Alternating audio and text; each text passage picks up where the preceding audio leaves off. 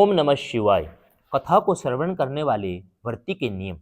सोनक जी बोले, हे सूत जी, आपने इस परम पवित्र कथा की विधि तो सुना दी, अब कृपया लोकहित के लिए शिव पुराण के श्रवण करने वाले व्रतियों का नियम सुनाइए। सूत जी बोले, हे सोनक, उन पुरुषों का नियम सुनो जिससे कि उन्हें निर्विघ्नता पूर्वक श्रवण करने का फल मिलता है।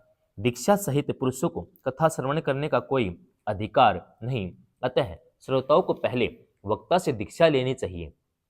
व्रती को ब्रह्मचार्य का पालन करते हुए भूमि शयन तथा पत्रावली पर भोजन करना चाहिए।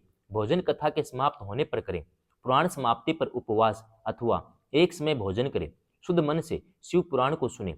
धृत दुग्ध फल आहार अथवा एक समय भोजन करके कथा श्रवण करें अथवा एक बार खीर का भोजन करें। जिनसे कथा में विघ्न पड़ने का भय रहता है वह गरिष्ठ दालें, अन्न, चोरा, राजसिमी के बीज, मसूर की दाल, बासी चीजें व्रती न खाएं। प्लांडू, प्याज, लहसुन, हींग, नशीली वस्तु आदि संग चीजों को व्रती छोड़ दे। बैंगन, कलिंद, चिचंड, मूली, पेठा, नालिका, शाक, भुना मूल इन्हें व्रती न खाए। काम आदि 6 विकार, ब्राह्मणों की निंदा, पति पितवर्ता और साधुजनों की निंदा करना छोड़ दे। रजसवला को न देखें, पतितों से बातें न करें, ब्राह्मण द्वेषी, वेदों को न मानने वालों के साथ वर्ती न बोले। सत्य, शुद्ध, शुद्धता, दया, मौन, सरलता, विनय, उदारता आदि गुण वर्ती में होने चाहिए। निष्काम भाव अथवा सकाम भाव से कथा सुने।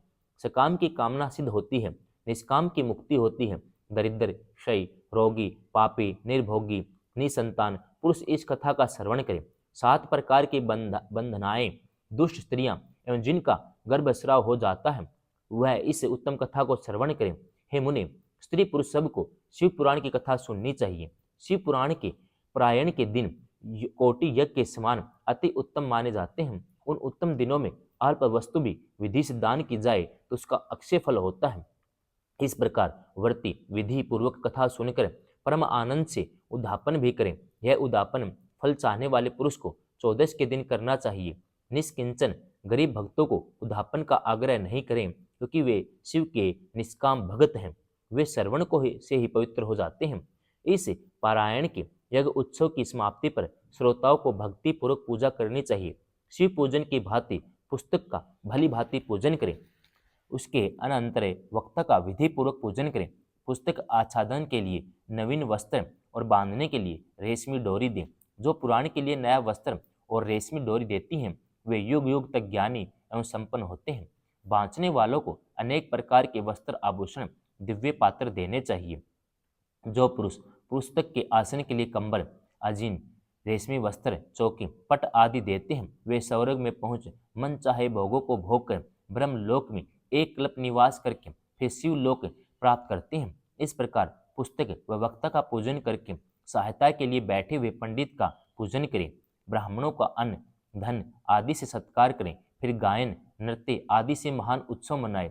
श्रोता यदि विरक्त हो तो दूसरे दिन जो शिव ने श्री रामचंद्र के प्रति कही है उस गीता का पाठ करें। श्रोता यदि गृहस्थ हो तो कर्म की शांति के लिए होम करें। रुद्र संहिता के श्लोकों से अथवा गायत्री मंत्र से या इस पुराण के तत्वों से होम करें अथवा शिव के पंचाक्षर मंत्र से होम करें। छोटे मोटे दोषों की शांति के लिए भक्तिपूर्वक शिव सहस्र नाम का पाठ करें। इससे फल सुफल हो, इसमें संशय नहीं है। 11 ब्राह्मणों को मधु और खीर के भोजन कराएं और दक्षिणा दें। सामर्थ्य हो तो 3 पल सोने का सिंहासन बनवाकर शिव संतुष्टि के अर्थ दान करें। दान के प्रभाव से एवं पुराण के प्रभाव से शिव जी के अनुग्रह से मनुष्य पाप मुक्त हो जाता है। ऐसा करने पर शिव पुराण भक्ति मुक्ति के साथ संपूर्ण फल देता है। हे सोनक जी, यह शिव पुराण का महात्म्य है जो मैंने सुना दिया। अब और क्या सुनना चाहते हो? श्री शिव पुराण तो पुराणों का ताज है। जो प्राणी इस संसार में विश्वनाथ का ध्यान करते हैं और उनकी वाणी शिव गुणों की स्तुति करती है वे भव सागर से तर जाते हैं। इति श्री शिव महापुराण महात्म्यम्।